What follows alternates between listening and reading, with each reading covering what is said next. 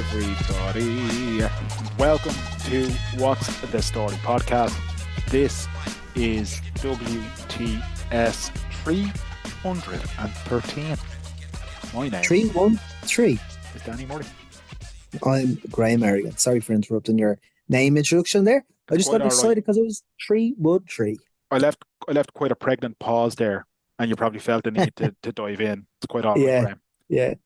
How It was you? Peggy Mitchell and EastEnders. I don't get the reference, but Either do I. It was like it's just a dramatic pause. Get out of my pub. Very good. 1, 2, I never 3.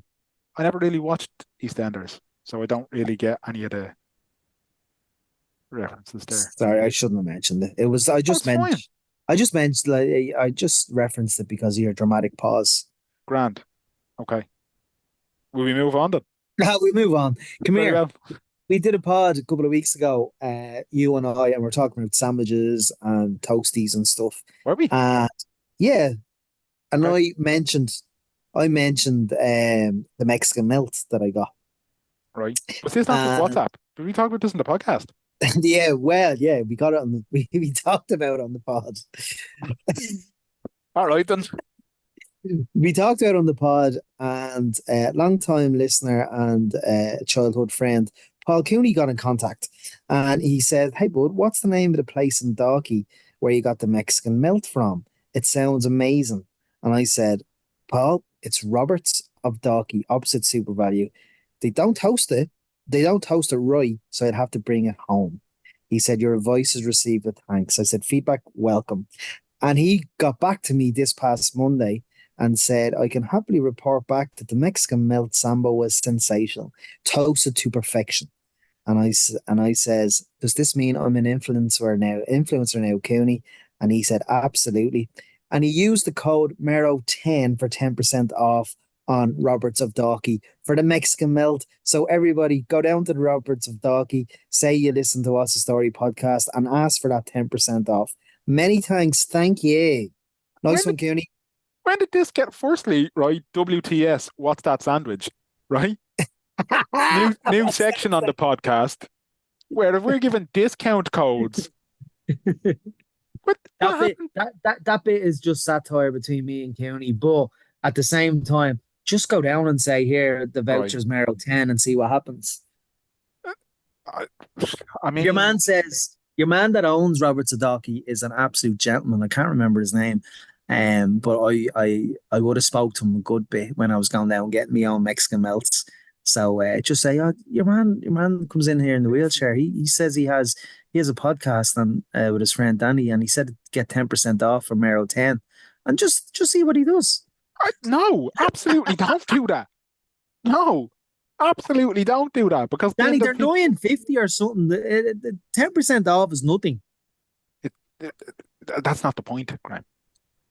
Yes, we're giving free publicity. Just what happens, people. We're giving free publicity with the false promise of discount codes, which will then sully our name, and we'll get a solicitor's letter in the post to tell us that we can't be, and then we'll have to get on to Gerald Keane and be Gerald defend us. And yeah, I don't know. I've never even had one of these Mexican melts. I can't approve this message. Danny, it's sensational. Can't believe you don't remember us talking about toasties and sambos. I remember us WhatsApping, because I have a toastie every day for me lunch, and I never usually remember what we talk about, but I trust Cooney that we were talking about it because he sent me a message. I honestly have no recollection of us talking about sandwiches on the podcast, and it sounds like something I would remember. Yeah. So I think this section has become very inside baseball, and we should move along. No, it has to become inside baseball. It absolutely has become What's inside your favourite baseball. toastie, Danny? I go Cajun chicken, pepperoni, the shredded mozzarella and cheddar mix. Oh wow. Well, sorry. Let's start from the start here. Right. First thing you need is a good bread. Right? What bread do you use? Now, if I'm just, I'm taking a quick lunch and I just want to get me satisfaction and get out of it, I will stick to just your classic Brennan's white. Right? Love a bit of Brennan's white. If I'm taking me time and I'm going to savor it, I go for a lovely crusty sourdough, Right. right? Sourdough sometimes ruins the roof of my mouth You've got a when delicate, it's you've got a when it's delicate roof of toasted. your mouth. Why? I don't know. Are you not chewing your food properly? Probably not. Okay then. Sourdough baguette, Graham, by the way, is the greatest baguette of all time. Oh wow, I don't think I've had a It is. sourdough again. A sourdough baguette is a game changer, and I recommend doing an open sandwich style. Cutting it. Oh, All right. Anyway, so what you do is you lay your base, right? You got your salt, your good bread. Um, I go for a tomato sauce base, not ketchup now. I would tend to, if we've had like a bit of pasta sauce or something left over, I'd put just a smidge of that down. Just you need a bit of sauce, you need a condiment on the bread. you You know need what a I bit mean? of dampness. Exactly, exactly. So I do that, or like that. If I'm in a hurry, I'll just go straight for the tomato puree, spread that on the bread, and I'll put a little bit of Italian seasoning and a little bit of dried um what you call it, dried Parmesan cheese on it, right? Right. Gives it a bit of a salty hit. Lovely. Sounds like a mini pizza you're making, Danny. It essentially is a pizza toasty ground. I go Cajun chicken, pepperoni, jalapenos, Love a bit a of jalapenos. little bit of red onion, and if I'm feeling up to it, I might chop up some sun-dried tomato and put that on it. Toast it Right. open, toast it open so your cheese melts into your meaty goodness and your oniony, and the onions get a bit of cooking on them and What do you mean whatever. toasted open? So put it in, right? So if you've got two slices of bread, right? Yeah. Right, and you load up slice one with the pepperoni and You don't put slice two on. now just listen to me for a second, will you? You have a habit of interrupting, Graham, and I'd appreciate if you just hold your wish for a second here to explain the science of this sandwich.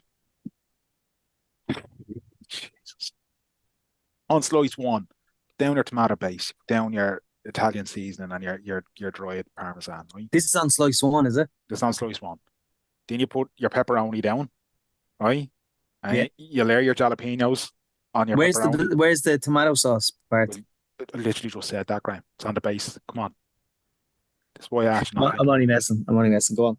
honest to God. Now, there's people who are going to be starving listening to this because I haven't got to the end bit yet.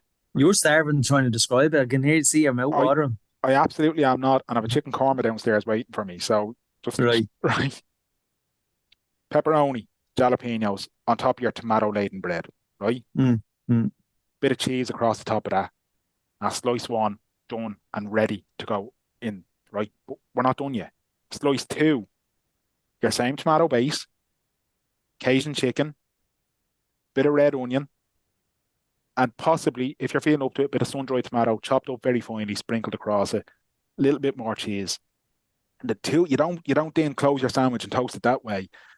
With them open, you put them under the grill to toast them, Wow. So it's right? an open. No, I'm not done yet, right? Is it an open setting? No, will you? I'm not done yet. Sorry, apologies. So you let them toast away a bit to get the cheese melted, and it also has the added purpose then of heating up your meat. And Graham, I'm sure as a man who has indulged in internet dating, you can understand the importance of heating your meat. Absolutely.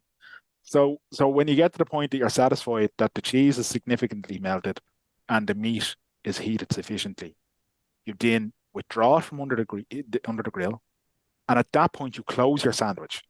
Slice one on top of slice two, or slice two on top of slice It one. must be it must be a big yolk, is it? It's not at all, no. It will be no bigger than your Mexican melt, I can guarantee you that. Right, right. Right. And then you put it back in on the grill, you flip it, you toast it. Right? Amazing. Absolutely amazing. I will send you a video of it tomorrow Are when you I make the sticking by report. the mozzarella and the cheddar mix? Absolutely am. Yeah, Right. I absolutely am. Boy, I'm not sure. what I would you just like the stringy mozzarella. I'm not sure. the stringy mozzarella? Just the way mozzarella becomes a bit stringy when it's melted. Yeah, the exact same thing happens with it. Like it's still mozzarella, Does that Graham. happen with cheddar? Well, the mozzarella does that for you. Yeah, yeah. But I'd rather just the mozzarella and not mozzarella cheddar mix. Okay, that's Sounds like fine. you're 7 or 8 years of age with your mixture of cheeses. Says the man who's having one cheese, you uncultured swine. What's your problem? So, what's the sandwich? We'll be back next week. Yeah, and hopefully it'll be It's less confrontational. It took you about 20 minutes to describe that because it was waffle being sandwich. interrupted every 4 seconds. Well, it's like a bleeding pizza you had. It's like the calzone you were making. Absolutely isn't a calzone's a fold of pizza, Graham. Don't be coming Do you at me like there. do you like calzones? Take it or leave it. Yeah, I only ever had one. I'd never order one. But if I was in a Mm. situation where the calzone was presented to me, I'd be like, oh, lovely, a calzone. Yeah, very good. Yeah. So episode 313. Fucking hell. Who who have we got lined up today, Dan? This week, Graham, joining us on the podcast is one of our favorite social media contributors. Um, I'm going to call her a historian, although she herself has told me she is not a historian and wouldn't call herself a historian because look, she's doing the work of a modern historian in sharing the content that she shares. We are talking to the brilliant Jane Casey, whose Instagram and, as she tells us, TikTok is all about sharing these amazing tidbits of everyday history that surrounds us with stuff like, the origins of Leopardstown, the Dolmen and Ballybrack, the Smithfield Horse Market, the what else did we talk about? Like just the so much of it. And if you go on to her account or you follow her on TikTok at janecasey.ie, you'll get everything we talk about in this plus so much more. An absolutely amazing account and resource. And I couldn't recommend following Jane enough. But enough from me. Let's go to the guest, the wonderful Jane Casey. And I'm absolutely delighted to say that Jane joins us now. Jane Casey, welcome to What's the Story podcast. Thank you very much for coming along. That's me. Thanks so much for having me. I always love an L chat about things that interest me. So delighted to be here. Deadly. And there's so much to bloody talk about when you consider your Instagram page, for God's sake. It's Exactly. amazing. It is. It is absolutely brilliant. And selfishly and indulgently, we will begin in the center of the universe, which is, of course, Ballybrack, because you recently put up a video regarding we and Mero are doing this podcast for nearly 10 years, and at every opportunity, we talk about the Borough and we talk about Ballybrack. So, of course, we're going to start there with Cromlech Fields and the Dolmen. Yeah, it's incredible. It's incredible. So, like you guys, I'm from not too far from there. So, I was always aware of it. I would have like friends who lived there or whatever, and we'd be playing out on the green. And it's always been there. So, like, for anyone who doesn't know what a dolmen is, it's basically like three rocks and then another rock on top of it. So, in ancient times, from my understanding, they don't know exactly what they were for. Some might have been tombs, or they're definitely used for like rituals and things like that. Which is amazing to think. But somehow it survived 4,000 years. And it's now in the middle of a housing estate in Ballybrack, and it's right there in the middle of the green. And all that's there to market is a tiny little plaque that says something like, I think it says 2000 Dolmen, does it? Dolmen or something like that. Yeah. Um, That's I heard. Well, I'm going to edit that out because I don't. Oh yeah. Yeah. Sorry. You pulled a Jane on it. But it's mad because that plaque was only put in the last 20 years. So up until then, it was literally just there. And so many people thought it was like, oh, the house in the site's called Cromlech Field. So clearly when the houses were being built, they put this in as like a feature, Yeah. And it's like, no, definitely not, You lads. know, I'm glad they put a plaque up, but it's funny because, like, so I made a video about it, and I would drive through that area quite often, going out to Bray, going to visit my dad, and I'd started making the content, and it's funny, like things just come up, and I'm like, oh yeah, there's a cool thing here, so I just did a quick detour and just like pulled in, and it's funny, like there is a plaque, it's 4,000 years old. I also got messages from people saying, you're messing, that's not real, even from mates being like, that's not real, Shane, but even still, there's so many like monster cans and like packs of crisps and Yeah, stuff underneath it. And you know what? In a way, I don't really mind. Like, it's kind of amazing that someone built it 4,000 years ago for like rituals and stuff like that. And now kids play on it. Like, yeah, it's like that blows my mind. And like I was saying to Danny before he came on air, like, it's wild to me that that was always there. Like, think about like English colonialism, which is really 800, 900 years. Vikings were before that. Druids. This this outdates them by like another 2,000 years. Like that's crazy to me. It's amazing. And I It don't is. think It's we, nuts.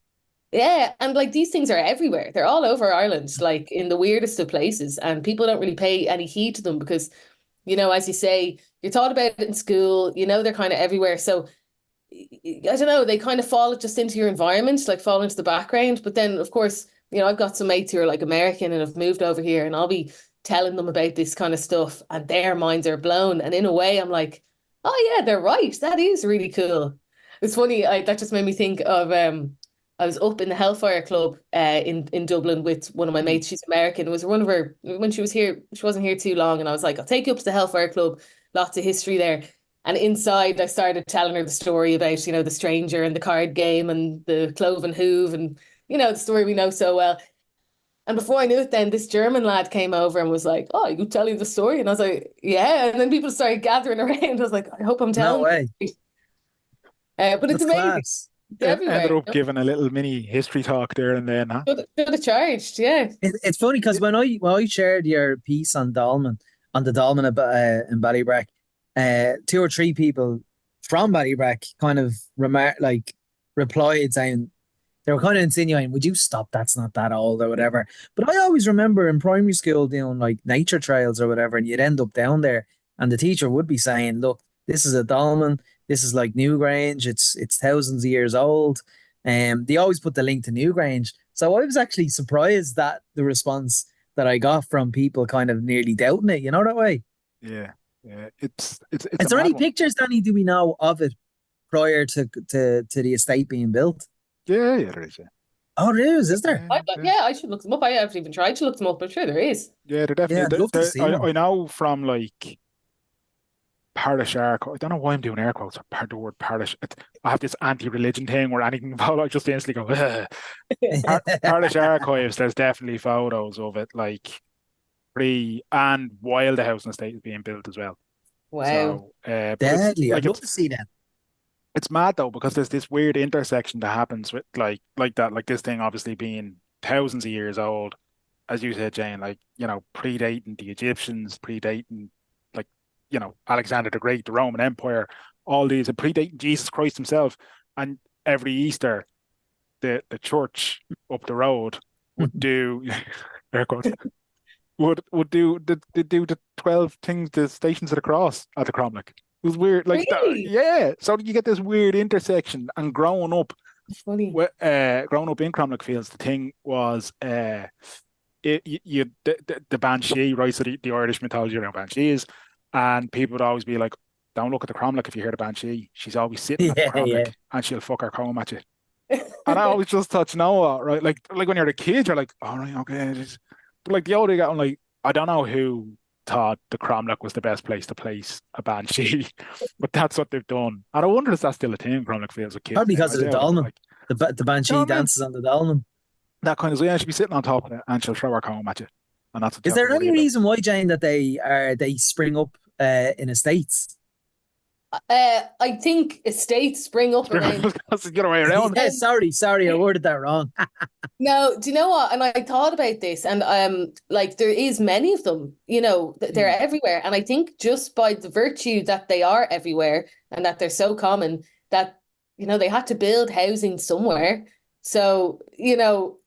they're everywhere. So they're gonna pop up. Like, I did another video about one called Brehon's Chair, and it's near Lovely. Barley Park, and it's in a gated community. It's like kind of a very wealthy little community, and I snuck in one day, parked my Ford Fiesta outside, blocking the gate, and got caught rapid by someone very famous. I was saying to Danny, but it's basically like it would have been a mini version of Newgrange, but not a lot of it survives. But it is about again 4,000 years old. It kind of looks like a chair made of stone, and in Victorian times, they named it Brehon's Chair because they thought that it was the seat of a judge that administered Brehon law. So Brehon law was like the ancient rules and law that Mm, governed Ireland before the Brits came over.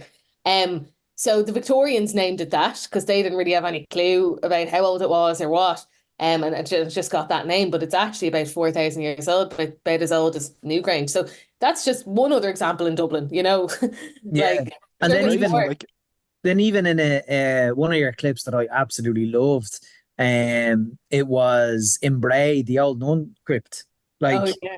that's in an estate as well. Imagine being like, just approaching the teenager and you're watching American TV at Halloween and you have a fucking nun crypt in your estate.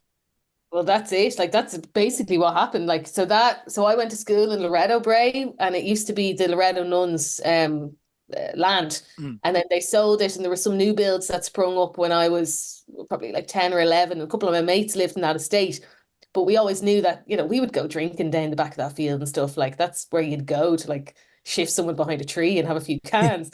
Yeah. And I remember one time I was probably about, I was young, and I think we had a couple of cans. And I remember, why am I saying this on a podcast? I needed to pee, and I went behind a tree, and it was pitch black, and I was kind of seeing double. But I remember thinking one of my friends had come with me, and I went over towards like where the crypt was, and I thought one of my mates was coming with me, and I was talking to her, and then she was just standing in front of me, about maybe 3 meters away in front of me, and I was talking to her, and I was like, why aren't you talking back? Like, are you ready yet? Blah blah. And she's like, I was like, screw you, I'm going back. I'm gonna leave you here. And then I went back, and she had never left. And that sprung it in me that I was like, this is so oh, scary. So a couple of weeks later, then me and my mates went back, and we did a Ouija board outside it. It was As you nice. do.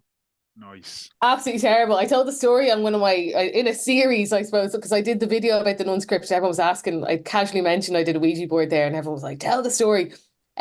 So I'll leave people to look that up. But yeah, the nun's crypt, it's pretty freaky. It's like one of those walls, kind of, where the bodies and coffins would have been stacked, and there's Hmm. plaques, like a mausoleum type thing. Yeah.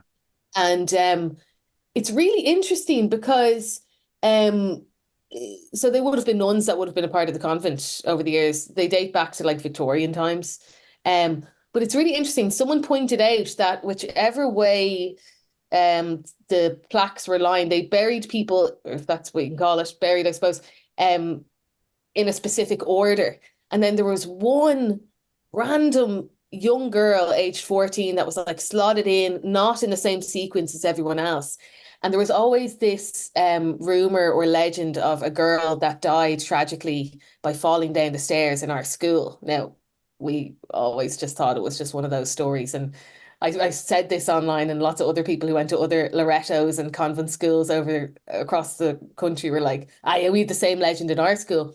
But it was really interesting because there might have been some fact there. There was a 14-year-old Yeah. girl that was just slotted in with these nuns. So I'm sure there's far more to dig into there, but I did a quick little video just kind of showing people, what it looked like. And it's completely reclaimed by nature. Like there's ivy all over it, and you'd completely forget it's there. It's beside the school. And yeah, it's freaky. I will say, I mean, I'm not so woo-woo, but there's definitely a weird energy down there. I wouldn't be quick to go back anytime soon, to be honest. It's I mad though that it's just in an estate, isn't it? Like it's like even your video, you're kind of going like how like and who owns it at the moment and why isn't there an upkeep of it or why isn't it even an attraction in the local area? That way. well, you want Yeah, to go to visit some creepy ass nun crypts with it. People do. People love visiting cemeteries and Well, right, I'll give you that because cemeteries are, and that's kind a of, crypt is so interesting in an estate in Bray. well, yeah, all right, fair enough. But, yeah, because like, right, the morbid curiosity gets the better of me, right? So like that, like you're saying, Jane, around the whole thing of like this sort of weird energy, weird vibes off these things sometimes. I remember being a kid being in Glencree and the German graveyard up there, going in Yeah. there, big and time. and like that as well. Like I'd say maybe I was like 13, 14, and just being a bit kind of like, this is a bit weird. This is a bit weird. You know what I mean? And Uh, then like you kind of forget about it for years, and you get older, and you go, a German graveyard up there. Then you go and you start to read about it and all that. And it's like fascinating. It is genuinely a fascinating thing. I haven't gone back to it, but I might one day. Not I that I. did a video on it not too long ago, actually. Oh, did Yeah, you? I yeah, didn't see that one. yeah. Yeah, same as you. I hadn't been there since I was a kid, and I presume same with you guys. They bring you up there for like a retreat or something. Yeah, yeah. Yeah, yeah. School, around your confirmation or something like that. And I went in, and yeah, same thing. The whole area is just a bit freaky. So a lot of the soldiers that are buried there, they're from World War One and World War Two. But Mm. from my understanding, some of them they couldn't even identify the bodies. They might have crashed going down, like, during the Blitz and stuff, and they're bombing London, and they might have crashed down, and the bodies washed up and they didn't know who they are. So yeah, it's a weird energy. It's weird. And then, I've had lots of people saying, like, and I didn't even think of it myself, why do we have a German graveyard in Ireland? And then it's kind of like, well, are they technically Nazis? I mean, my personal thing is like, look, these are just young lads that were drafted and, had to do what they had to do and deserve a proper burial and, Yeah. following Well, orders and all that. But it is a weird energy. it is. And I think that, like, that one as well, like, because 100% you're right. Like, some of them are, the bodies were never identified. They were never, like, and it's just that kind of, like, let's not forget, in Ireland there was the emergency, we were neutral, all those kind of things. But there definitely is one who definitely can't get the kind of claim of, just a young lad who was following her. Like, the Nazi spy, Hermann Goetz, is buried there. So there you go. There you go. He was originally in Dean's Grange and then reinterred into. Oh, I didn't know Why, that. why was he Yeah. moved? I don't know why he was moved. Probably because Can't drop that German. bomb and don't even know why he moved from Dean's Grange to Glencree. I don't. Well, the only reason I know he was in Dean's Grange is because I done a thing in Dean's Grange Cemetery years ago, and like that, there's loads of there's loads of World War One and World War Two graves and all that kind of stuff. And there was two graves that were German graves, and somebody else happened to say, "Oh, would they not? Isn't there a German graveyard? Blah blah." And then the guy from Dean's Grange Cemetery said, "Funny you should say that. There was a few of them who are interred up there in the 60s or 70s, I think he said, after originally being buried in Dean's Grange." And I think it's because the reason he said was something like there's like this German war commission who actually pay to maintain the graves of those Yeah. ones in Glencree, and they were the ones that organised the transfer. There you go. That's nuts, isn't it? Yeah. Nice. So Nice. there's one definite Nazi spy up there who, I hope, That's where the Questionable. heebie-jeebies come in. I hope his grave is very uncomfortable. Well, I'll say there. Yeah, fair. There's loads of kind to of keep it in. Sorry, I was going to say to keep it in graveyard form as well. Then might as well keep it morbid. Why not? The famine graveyard in Loughlinstown Hospital. oh yeah. Do you know about that one? Oh, sorry. I was like, the famine. Yeah, I do know Well, about it. I'm I probably haven't calling it the been. wrong thing. No, Yeah, I haven't been, but I've had a few people message me about it, but surprisingly, I didn't know about it until a couple of months ago, and I haven't been up there yet. yeah. There was a Yeah, football pitch. I don't know if it's still there. Right, but for years yeah, it it was a is, yeah. football pitch. I think was it Michael Shankill used to play there. I think. Yeah, yeah. And yeah, I used to hate when I was a kid and they'd send you in to get the football that had been kicked, like somebody had, you know, their shot had gone over the bar and it had gone in around the graves, and then they were like, right, go get that, and you're like, no, you go get it. What's up there? Is it like a It's like mass? an old soup kitchen as well. It was Yeah, so the it was an old one of the workhouse. first soup kitchens. Yeah, it was I an think old in workhouse. Dublin. So the Um, structure's still there. Still like it's like a church, isn't it, Danny? yeah, it's like Yeah. it's not like intact now, but yeah. So from what I remember, when like because like we were told when we were kids, kind of thing, there was an old workhouse there and a soup kitchen, and basically anyone who died, they were put in there. It was run by one of the religious orders or something like that. And so I think there are a couple of like communal burial things, but then there's a couple of individual ones of like priests or whoever who would have died who were connected to it as Notable well. people or So whatever. yeah, yeah. Oh, it's But so great. it was Down in like Skibbereen, there's a similar one. It's Skibbereen. I think that part of Cork was like one of the worst affected in Ireland. mm, They have a mass grave down. It's just in like it's just slightly outside the town, and there's one big memorial. But it's like it's so harrowing when you see it's like 9,000 souls are here. It's like nine Jesus. in a small plot. Like it's pretty small, and it's like it's so That's sad. mind blowing, isn't it? Yeah. Those sort of things are, and a few years ago we done an episode with Miranda. I cannot remember her surname, but she is the person who's responsible for the Heart Island project in New York, which basically tries to connect families with people who are in the largest mass grave in the United States, which is Hart Island it's literally in Manhattan, like, and it's a pauper's burial site where basically like homeless people or unidentified bodies in New York that go unclaimed are put into this like massive mass burial. And it like we were like when we found out about it, we were like, in New York, there's this where there's literally tens of thousands of just Tens of thousands. Didn't they mad. use it then through COVID as well? Didn't they use Hart Island? Yeah, they were using it during COVID Yeah. as well. Yeah, yeah. Anyway, sorry, that's a complete. Just when you said about 9,000, I'm like, it's you just got like you associate mass graves with things of like massive tragedy and massive, like like war and all these, Yeah, and then suddenly you're kind of like, or Not a nation in being poisoned. yeah, like in these kind of things. But um, But did you do a video of the Skibbereen thing recently? I did a while ago, a good while ago. It Yeah. was probably back in October or something. But Or yeah, maybe I just watched it recently, yeah. But I remember watching it going, Jesus Christ. Like yeah, I just find all those things fascinating as well. Like I love when you're watching your videos and you're going on a weekend away or something, you drag someone with you to you park the car and you go down a country road to find a monument or what was the yeah. thing recently where the monument was in old farmland? Oh, down in Tip, yeah, down in Yeah. Clonmel. I was there last week, and I was just with my mate. She's from Clonmel. I was saying visiting her, and we're just going along the road, just going into town to get a coffee. And I saw a brown sign. I always look out for the brown signs, and I was like, "Giant's grave. We're going to find it out." So it just at 1 kilometer up the road. So I was like, GTA style. I was like, Deadly, yeah. drifting and found it. But it's so basically it was like a marker. It's like a big standing stone. Now, I did have to walk up and down the road a good few times to try and find it. And it was on private land. I don't want to be encouraging people to jump into private land.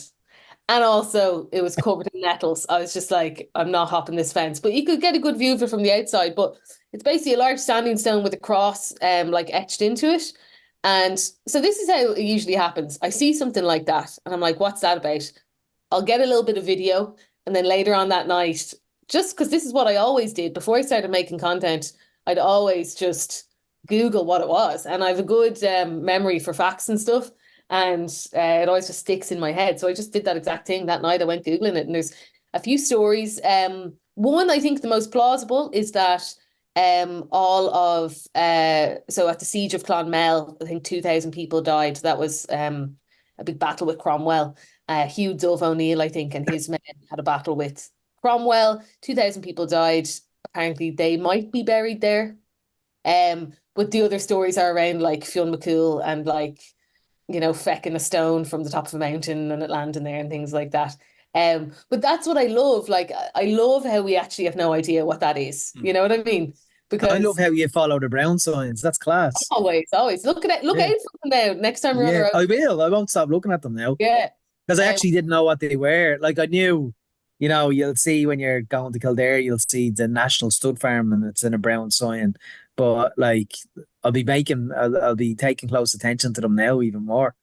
Especially on rural roads, like there's mad stuff. I was in Roscommon there at the weekend, and again, I was just driving through, saw a brown sign, and it's like ancient archaeological site this way. And I'm like, okay, well, we're going, obviously. I just pulled in on a dirt road, and it's a big ring fort. And I got to the top of the ring fort, and it turned out it was called, oh, I have it right here. No one is benefiting from me showing you this leaflet that I took. But Rathcrowan, and it was the largest, it was like the capital of Connacht in ancient times. And oh, there's something like 300 archaeological sites, like ring forts and things like that, that have never been excavated. And you go to the top What? of it, yeah, mind blowing. Queen Maeve is said to be buried there as well. And there's even a cave called the Cave of Cats. And it has Ogham etched into like they created a doorway for the cave, and there's Ogham writing in the doorway that is a tribute to Queen Maeve's son. So he might be buried there. So But why hasn't there been any excavation?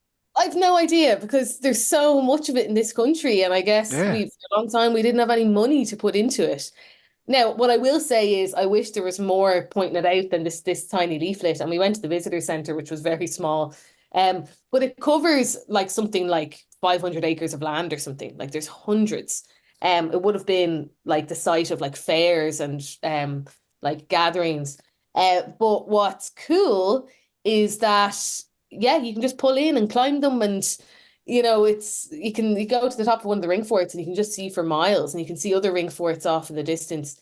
And sorry, one thing I was going to say is that cave, the Cave of Cats, apparently is where Samhain originated, as in Halloween. Yeah, And again, I didn't know this. And I'm like, it was that's just a mad. tiny brown sign, you know what I mean? Like, That's so unbelievable. everywhere. Look into it. It's rat crowing, rat crowing. Follow the brown sign. That excavation piece is so interesting, isn't it? Because like even you did one about the Viking burial site, which is now a housing estate. So did they excavate before putting the housing estate on it, or The Viking burial. So not they were Farnham, is it? so Donnybrook. Are you talking Sorry, about? sorry, Donnybrook. Donnybrook. No, it's Sorry, grand. Donnybrook. So what happened was actually the bodies were found in a housing estate, obviously. Um, so they were found in a housing estate in like the late 1800s. They were building an estate just off Aylesbury Road, super bougie, and they found 600 Vikings. So they had nowhere to put them, so they put them in Donnybrook Church, which is just on the main street in Donnybrook, beside the Garda station. Unfortunately it's rarely open. They used to do tours of it. There's a lot of notable people buried there. But there's 600 Vikings that they put there. Which is Wait, hold on. There's 600 Vikings buried on the grounds of Donnybrook Church. They moved them from where they found them when they were building the estate to there. So they just put them into I want to say a mass grave, but can you Yeah, even say that 500 years after the fact? So they just reinterred them there, I suppose. And they're just there. And they would have died, from what I've read anyway. There was actually, someone wrote a book on it, like about 100 years ago, and I read some of it. And it's likely they died in battle. And there were some buried with women at their feet, which might have been, sacrificial. And they might have been, if they were someone of high ranking or whatever. Um, Again, that's just in Donnybrook. Like it's That's crazy. mental, though, isn't it? like Yeah. I think we take. I don't think we absolutely do take for granted like the amount of history that is around every corner in this Mhm. country, and the amount of things that have those little fascinating tidbits, and just things that like that like, I mean, you'd go on the Lewis, you'd pass by hundreds of these things, you wouldn't think anything of it. You'd walk around the city centre, you pass by thousands of these things, and you don't think that because you just take it all for granted. I mean, how many of us drive through Leopardstown with absolutely no appreciation or understanding of why it's called Leopardstown? And Yeah, that's a fascinating one. That's one that the first time I ever heard it, I was like, leprosy is something that comes from like the Bible stories of fucking yonder, like, do you know what I mean? well, and you're right. Well, like I mean, leprosy was rife in medieval times, and there was a lot of leper hospitals all over Ireland to treat the sick, and so okay. So how do I start this? It's so funny. I'm saying it laughing. I'm like, yeah, leprosy. It was everywhere. It was so hot. So there was a leper hospital in Stephen's Green, but they're worried about transmission and it going around. So they moved the hospital out to what would have just been a rural little townland back then. Like we're talking like 700-800 years ago, up until about 500 years ago. It was a couple hundred years where leprosy was everywhere. And they moved the hospital out there. It became known as Ballinalower. So in Irish, that's Lepers Town, which then over time became corrupted to Leopards Town, possibly on purpose, because they, wanted to change the association. But what's also funny, and I didn't talk about it in the video, is that, Galloping Green is just there in the Yeah. N11. Galloping Green was called Galloping Green because it said that when people would come out in their horse and carriages, they would gallop past because they did not. In case they caught the leper. And that's Leprosy. why apparently it's called Galloping Green. It's like, oh, lads, Wow. That we're is coming up to the amazing. Galloping Green. I love that. Even if that's something that somebody clever just kind of said one day, like off the cuff for a bit of crack or whatever, and it's Yeah, Chinese stuck. whisper, like. But Yeah. even like it's 2024 grand, you can't say that. Can you withdraw that comment? Oh, sorry. But But there's like, I like love those is little tidbits that are just like that Galloping Green one, I've never heard that before. But if that's No, never true, heard of it. That's even brilliant. just the fact that the idea of it is out there is absolutely amazing to me. Well, like Like we it's don't even know for sure. Like it could be it. Like, yeah, it could be, yeah, the yeah. fact that it's called Leperstown and like I mean, it's possible, and we don't have any other explanation, so I'm going with that. There's a bit Is of a there is there habit any in is there Ireland. any monument in Leopardstown to mark that information, or I is it just you have to go digging? I don't think so. I think it's quite colloquially known, you Mm, know. I found it quite easily. Like I remember hearing something about it years ago, and then I wanted to double check was that true.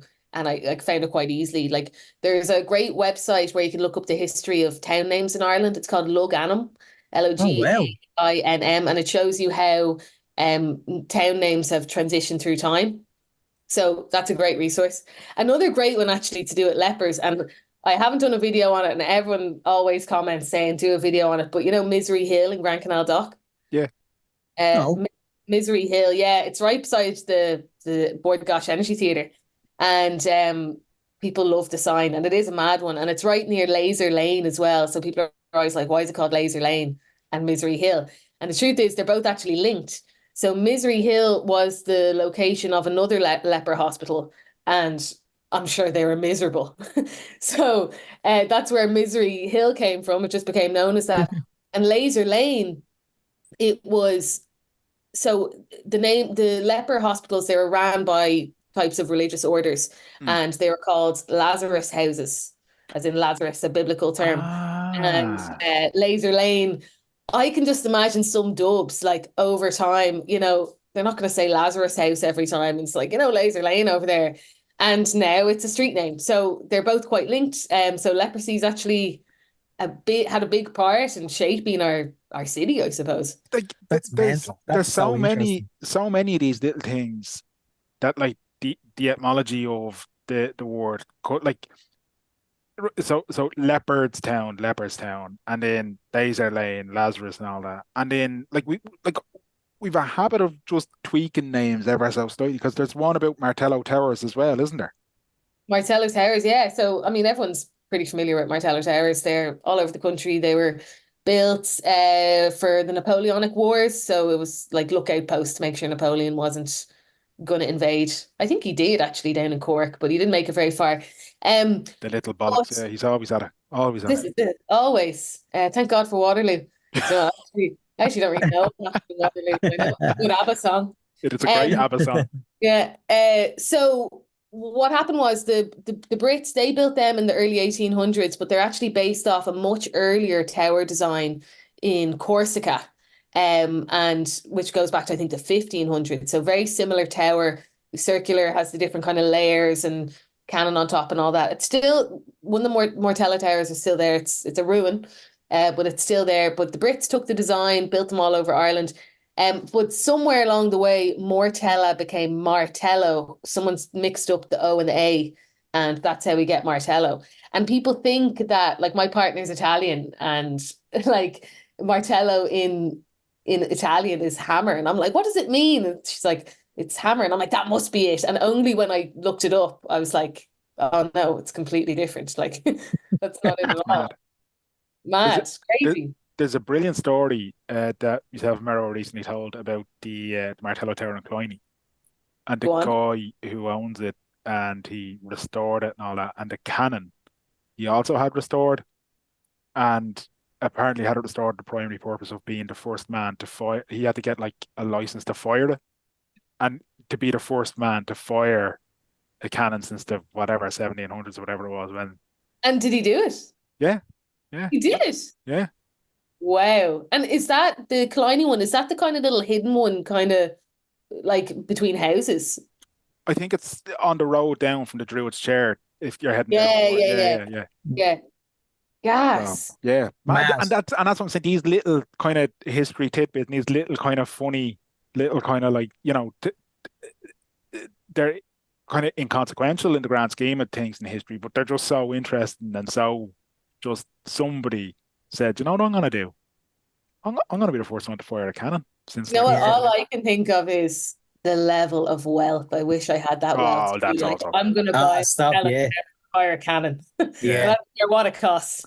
Yeah, that's I true. remember I lived with my great grandfather.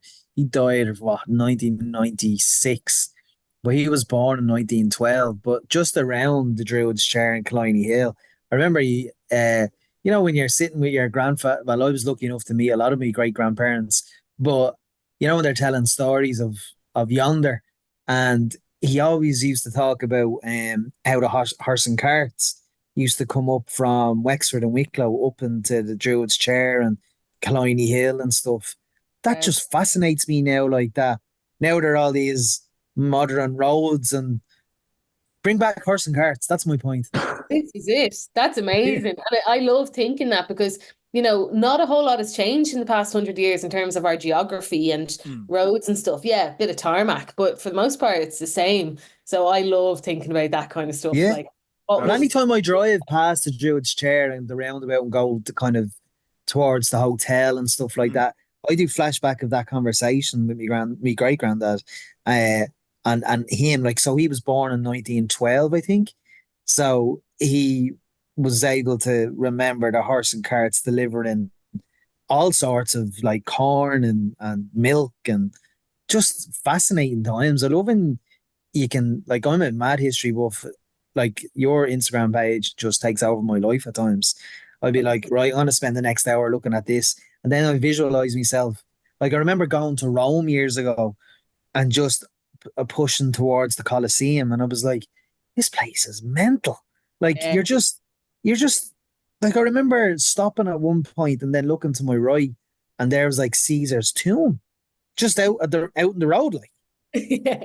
Rome the is mind blowing, isn't it? Yeah, it Like the is. Colosseum, mind blown, when you see mind it for blown. the first time, it's like I almost get starstruck when I see like Ah, big monuments like this. I haven't seen the pyramids. I'm sure I will someday, yeah, but it is crazy. Like, Yeah. mental. I'm the same with the pyramids. Like I just absolutely fascinated by it. And like I remember like years ago going down a rabbit hole about like Howard Carter and Tutankhamun and the Valley of the Kings and all that kind of stuff.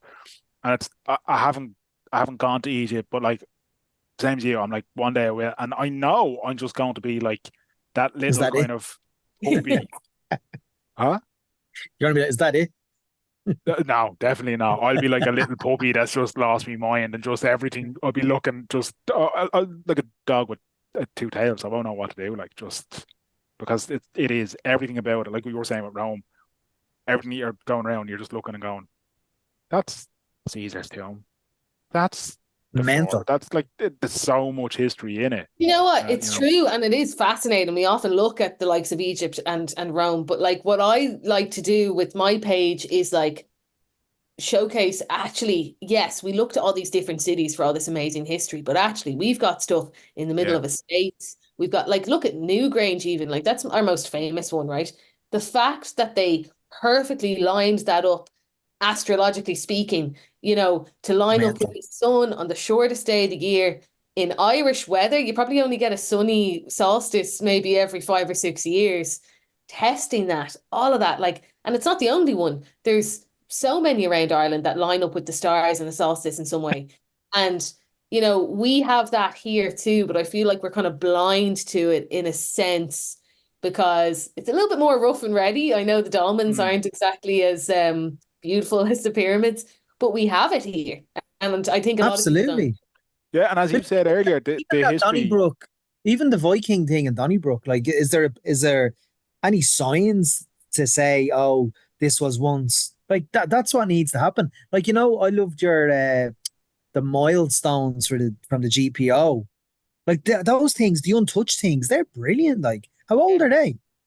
Well, it's funny, just when you were talking about the horse and carts there, that came into my mind because Yeah. I always visualize the horse and carts when I see a GPO milestone. So there's, I think, about 30, 33 of them left around the city. And the GPO milestone, it basically says GPO, General Post Office, 5 miles, 1 mile, whatever it is. They are about 200 to 300 years old. I'm not exactly sure. I can't remember. Um, Unbelievable. They should yeah, be protected. I think they are actually, and I've seen. Do you know what? There's one. Where is it? Just off Pottery Road, like around Dean's No Grange, way. somewhere in there. I remember What? seeing it. But what's funny is that Do you know what? I tell a lie. That was an old post box. I'll tell you about the post All boxes.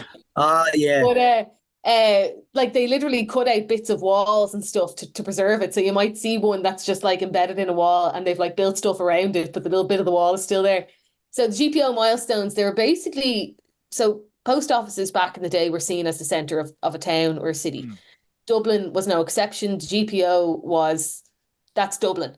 So it would tell people how far you were from the city because there wouldn't have been any road signs. So I imagine people like, there's one not too far from me here in Rathfarnham, and I think to myself, like, this would have all just been like the country.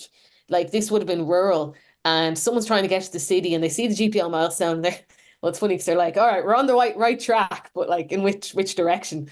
But they got there in the end. So there's still about 30 of them left and they're on the south side and the north side. They're It's mad. class. It's Yeah, they're mad. cool. They're absolutely class. Like, but you think, like we were saying there about walking around in Rome or other cities with history, like you said, we have it all here. We just need to be told about it because people would love stuff like that. Even I was blown away about the air raid shelters in the park. Yeah. Like I never knew that. Yeah, loads of air raid shelters. So I did a video recently about the air raid shelter in Marion Square. So that grassy, Unbelievable. yeah, that's like when you stand at the top of it. So it's at like I think like the south end of the park. That way, people lie in it and sunbathe and stuff. But if you go up to the top of it and stamp your feet, you can feel that it's hollow. And it was an air raid shelter in the 40s because like even though we're a neutral country, there was a few bombs in Ireland. The most famous was in North Strand and I think 12 people or something died. I could be Yeah. wrong. A few people Yeah. died. There's another one in Terenure. There was one, I believe, in Sandy Cove, and I only know again from family. My auntie told me that her dad remembers that there was when he was a kid, there was a bomb, or when he was in his 20s, or whatever, there was a bomb in Sandy Cove. So they were everywhere. So the government built air raid shelters. One of them in Marion Square, one of them in Oscar Square Park in the Tenters in Dublin 8. Um, How many would fit in them? Oh, it could be up to 1,000 or something like that. Yeah, like you'd be squashed. It'd be like Simpson style, like in Flanagan's shelter. But they weren't just underground. There was also like you can look up old pictures, like on O'Connell Street, they had these kind of they look like shipping containers almost, put like right in the middle of the street. And that if anything happened, people would just go into it. They don't survive. That's The other ones do. That's meant. isn't it? So you know the one in the Marion Square, like, is there still access to it? I don't know. Now, there's plenty of rumors. And one of them is that there's a tunnel that leads to the government buildings. So the politicians can get out and be safe. Another theory is that there's a tunnel to Holles Street Hospital and the pregnant women can be safe. I have no idea. I'm sure there's a key to it somewhere. I'd love to know what's inside or how you'd even Oh my access it. God, that'd be Because unbelievable. Because remember years ago when the Liffey, when the tide went out and they seen the doors Yeah, yeah. and they end up doing a tour of it and people could walk up it. I don't even think the tours are available anymore, but they found like these ancient laneways and stuff. Like I'd Oh, love, wow. wasn't that right, Danny? I don't know. I don't know. Do Like you I remember know we had Donald Fallon on loads of times, and I think he talked about it. Jeez, I I hope don't I'm not remember. wrong. I don't remember that one at all. I do Was remember the it the one of Poddle the by any chance? The River Poddle. There's when the tide's low, you can see like a gate. It's down hmm, near towards like Aston Key, and you This can't is kind go of up down. near the forecourts.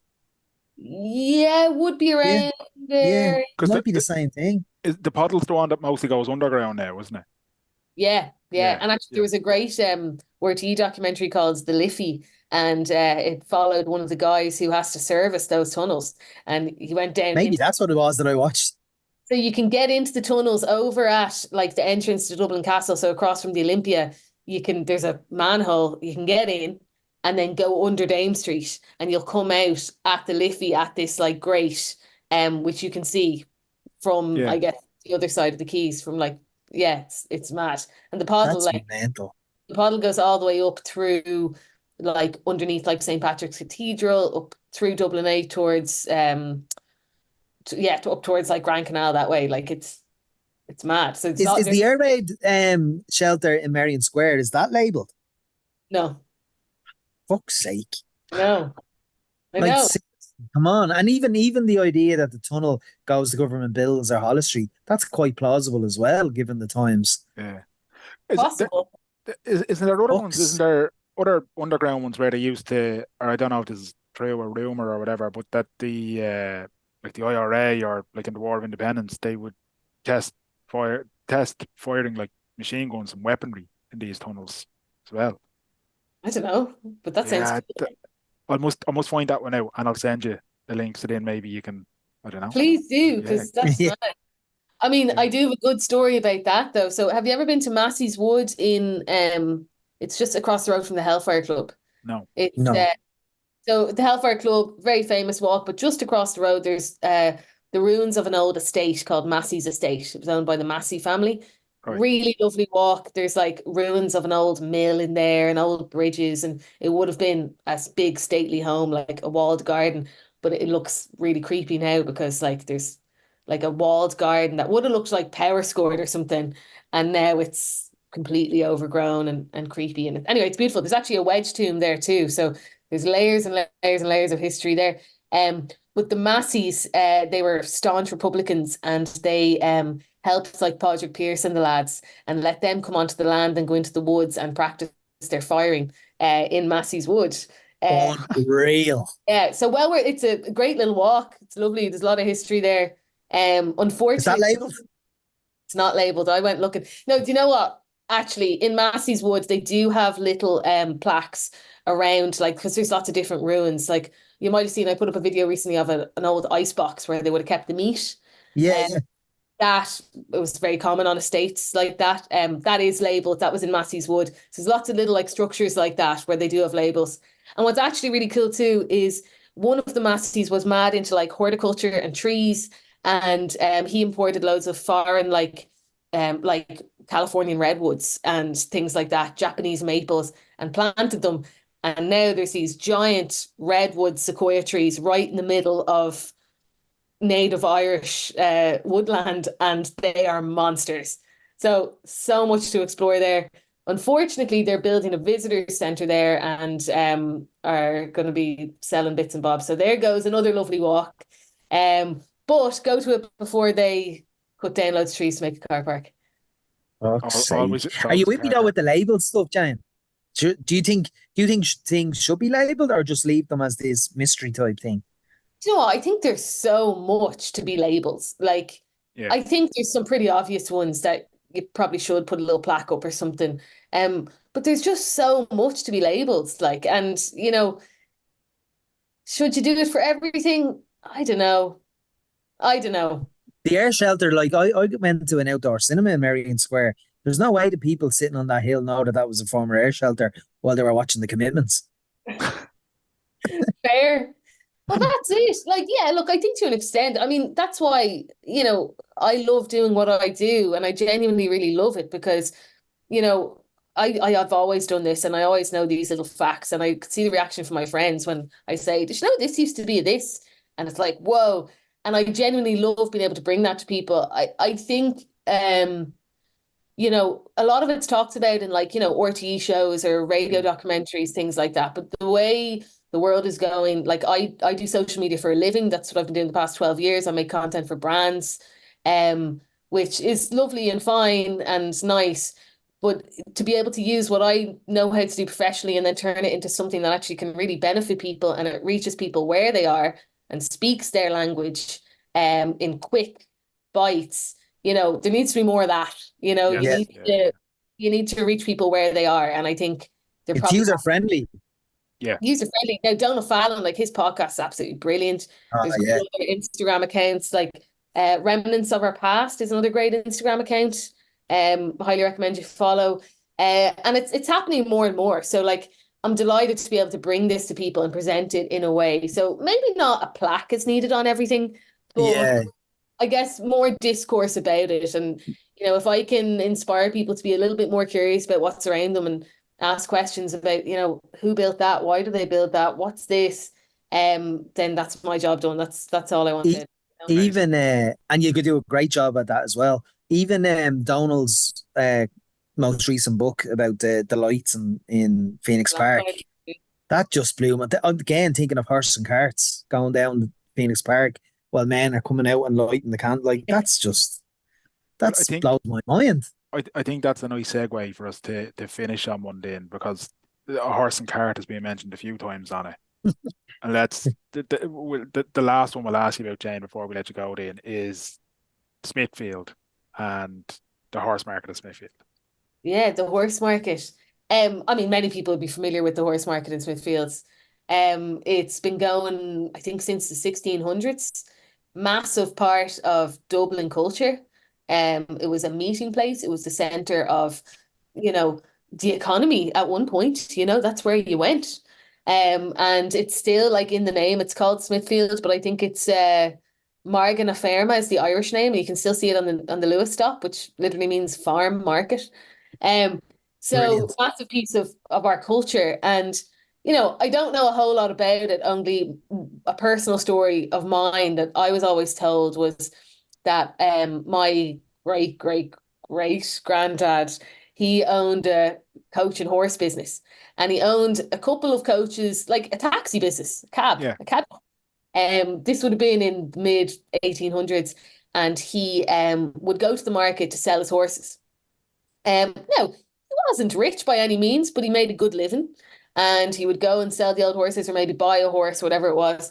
And he went that day, sold a horse, uh, got money out of it. And then on his way home, he took a fare and he was never seen again. And his body washed up in the Liffey a couple of days later. And what they think is that he was robbed for his money, and he's buried in Dundrum in St. Nahi's Church. I can't find his grave. I've walked around so many times trying to find it. But what's interesting about it, and I did a video about this because I think it's Fucking important. hell. People, you know, don't know a whole lot. Might have been told stories about their Mm. family, but you know, I guess to get people to engage with their own history a little bit more. But I actually learned something different. So that was the story I was always told, right? That was the story that was passed down to my dad from his ma to me. Someone who follows me had access to the Irish newspaper archives and went and looked it up and found a slightly different story. And then I subscribed to the Irish newspaper archives, which, by the way, it's a great resource and quite inexpensive, really good. And I discovered that the story's a little bit different. He actually went to the pub and got really, really drunk and started a fight with someone on his way home. And a fight broke out. And actually, there was a big court case after. They had a suspect. Mm. They couldn't prove he did it. But it looks like he was thrown into Liffey or whatever it was, but no one was ever charged on it or anything. Wow. Um, but it's fascinating. So when you think about the Smithfield horse market, that's one story. Like, can you imagine 400 years of history there? What went on, you know? Unbelievable. Yeah. Amazing. That Yeah. is just Yeah. amazing. Can I have a bonus one? If you Sure. can, I just a bonus one, because I always do this. Well, I only do an interesting guess actually. The origins of Dunleary Pier, because we'll have a lot of listeners that will probably be walking Dunleary Pier as they're listening to this. Mm. So tell us the fascinating origins of Dunleary Pier. Yeah, Dunleary. Do you know what? I just walked there today. I just Lovely. walked to the end, kicked my foot, walked back. Yeah. Yeah, so many of us walk it every day, you know what I mean? Especially if you're around that area. And I know you guys grew up, you know, close to where I grew up, so it's part of life. But it's actually a really sad origin story to the pier. So the pier was built in 1817. I only know that because I reread the plaque today. In 1817, and it was the East Pier that was built first, and then the West Pier came second. And the reason why was because there was a massive disaster. Two ships sank in one go in a storm. So there was heavy winds, snow. It was the Prince of Wales and the Rochdale, and 500 men died. Now, I've read some accounts, and apparently there was a possibility that some of the troops on board, one of them were actually intentionally locked in the brig. Is that what you call it? A brig, whatever, below deck. And so the captain and stuff could escape. So there's a lot of rumors around there. Essentially, these two boats sank, 500 men died. And what happened was bodies started washing up on shore over the coming days and weeks. Now, Dublin was like notoriously hard to dock in because, you know, there's a whole other story around why Poolbeg was built. But for that reason, it was very difficult to dock in. So they said, look, lads, we have to do something. We need to create a harbour. And at the time, it was, I think, the biggest harbour in Ireland. Actually, I think Wow. it still might be. But it was built because of that, because public outcry that bodies were washing up on the shore, and they had to do something about it. And all those men were buried in Carrigbrennan Cemetery, which is up in Monkstown. You know Monkstown Castle, the ruin of a Yeah. castle at the roundabout. Yeah. Another story. They're buried up there, and the crew of one of the other ship are buried, I think, in Mount Marion somewhere. But there's a tiny little plaque to it, in Sea Point, just beside the Martello Towers. Next time you're down there, if you're going for a dip or anything, you'll see a little plaque just at the changing area that has the two boats on it.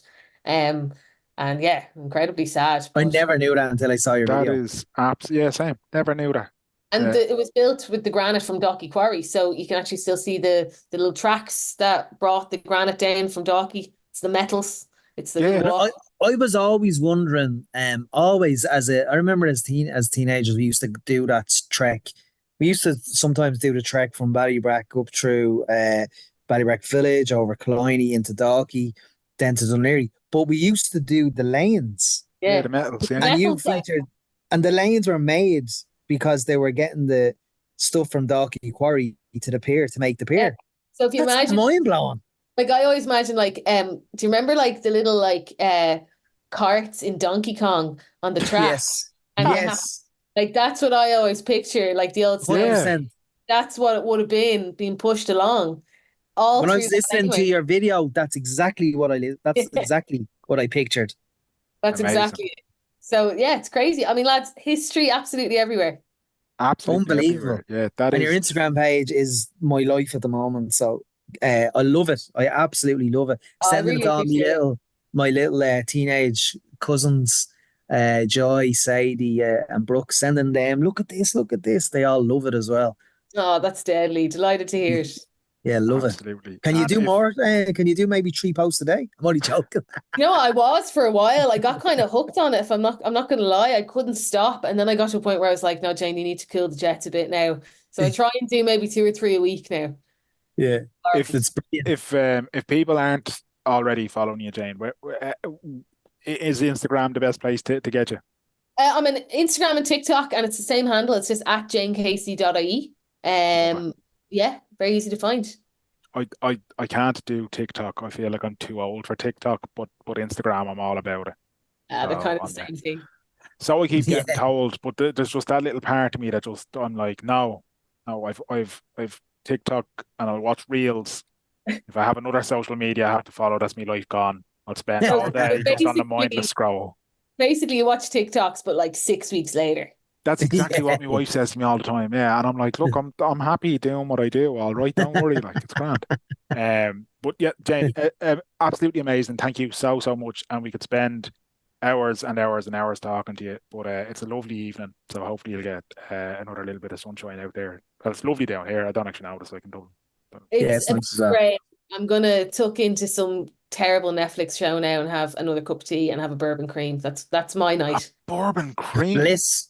Bliss. Oh wow, Yeah, that left is. field. I know, 65 cent can't go wrong. Oh, you can't go wrong. Absolute That's bliss. it. Listen, not that I want to plug Dunnes stores or anything like that, but I won't be paying €2 for a McVitie's chocolate digestives when the Dunnes ones are 69 cent. I mean, Absolutely. unreal. Unreal. I'm more Jane. a custard cream man myself, just for what it's worth. Just put that Yeah, out no, there. and bourbon. Enjoy your bourbon and Netflix and everything. And thanks so much. Really appreciate your time, and I love your social media. So thank you. Thank you, Thanks, Jane. guys. Love it. Loved it. Love that. Yeah, I Absolutely. love her. I'm not even exaggerating just because it was her, but I was saying, like, I do go back all the time Oh, and yeah. just watch her Instagram and spend a good 45 minutes. You know, instead of watching a program, the telly, I'd be on Jane Casey's Instagram page to see Yeah. if there's any uploads because they're so interesting. I think the best thing about discovering her, kind of in the more recent weeks, There's loads to go back on. there's loads to go back on. And I find myself, I'll be sitting there watching it and going, "Jeez, Cubes, listen to this." And I'll be, Yeah, do you know what I mean? And, like, interesting people are amazing. And Out of what Jane, we spoke about, what was your most interesting? I I liked the Nun's Crypt in Bray because I knew nothing about it. I thought that was very fascinating. I love the leopard sound thing. I had heard it before, but I just love it. Just love I love the galloping green element was that's something I'd never a heard great before. nip. I That never was heard that. yeah. I like the miles, the GPO. I find that very fascinating. Yes, yeah, And the air raid shelters is just a mental. yeah, Particularly the element of, they're linked to government buildings and perhaps Hollis Street. I yeah. mean, that's just that makes sense to me as well. Not a big like, oh Jesus, but I mean that would make sense that it's connected to both of those Yeah, of course. establishments. Yeah, I'm But I'm glad you asked about Dunleary Pier as well. And I thought that was a lovely way to end it. yeah, Yeah, but but so her Instagram page is just deadly. absolutely, and her TikTok by default will be as well because I'd imagine the content is very very similar. So Yeah, if you're a young person and you're on TikTok, follow at janecasey.ie. And if you're an old fogey like me and you're on Instagram, follow at janecasey.ie. And if you want to follow us on Instagram, you can do so by searching at WTS Pod. You can also get at American Mania and at Danjo Murray. And that's where you'll find us and our individual private personal accounts where we'll add you to our close friends and share sordid details of our personal lives. You can get WTS Pod on any podcast platform, including Apple Podcasts, including Spotify, including Stitcher, including YouTube these days. We're trying to keep up with the Joneses by searching at WTS Pod. And that's it. Like, subscribe, share, tell a friend, tell an enemy, whatever you want. Just tell people. Don't go down to the sandwich place in Dalkey and give the code MERO10. You won't get 10 off. You'll just get a very puzzled look. But a delicious sandwich. do it for the crack. Don't listen to Danny. Do it for the crack. Until next week, Graham Merrow Merrigan. Clear eyes. Full hearts. Can't lose. Too sweet.